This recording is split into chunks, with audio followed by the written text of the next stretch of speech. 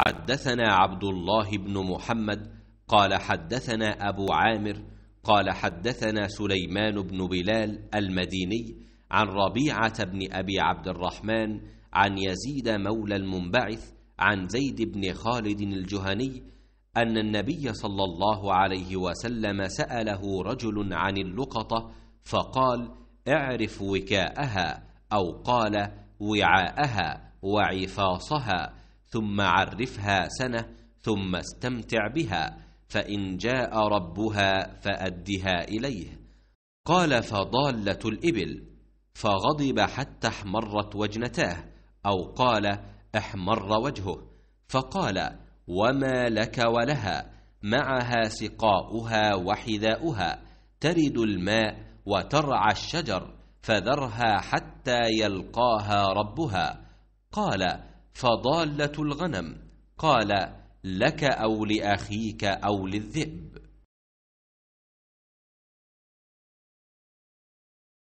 ایک شخص عمیر یا بلال نے رسول اللہ صلی اللہ علیہ وسلم سے پڑی ہوئی چیز کے بارے میں دریافت کیا۔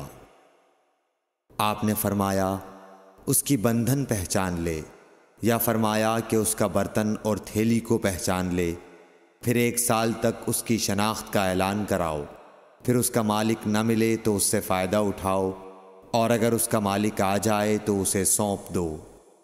اس نے پوچھا کہ اچھا گمشدہ اونٹ کے بارے میں کیا حکم ہے؟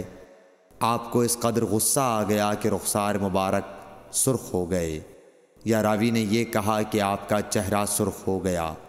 یہ سن کر آپ صلی اللہ علیہ وسلم نے فرمایا: تجھے اونٹ سے کیا واسطہ؟ اس کے ساتھ خود اس کی مشک ہے اور اس کے پاؤں کے سم ہیں، وہ خود پانی پر پہنچے گا اور خود پی لے گا اور خود درخت پر چرے گا، لہٰذا اسے چھوڑ دو یہاں تک کہ اس کا مالک مل جائے۔ اس نے کہا کہ اچھا گمشدہ بکری کے بارے میں کیا ارشاد ہے؟ آپ نے فرمایا: وہ تیری ہے یا تیرے بھائی کی، ورنہ بھیڑیے کی غذا ہے۔ صحیح بخاری حدیث نمبر 91۔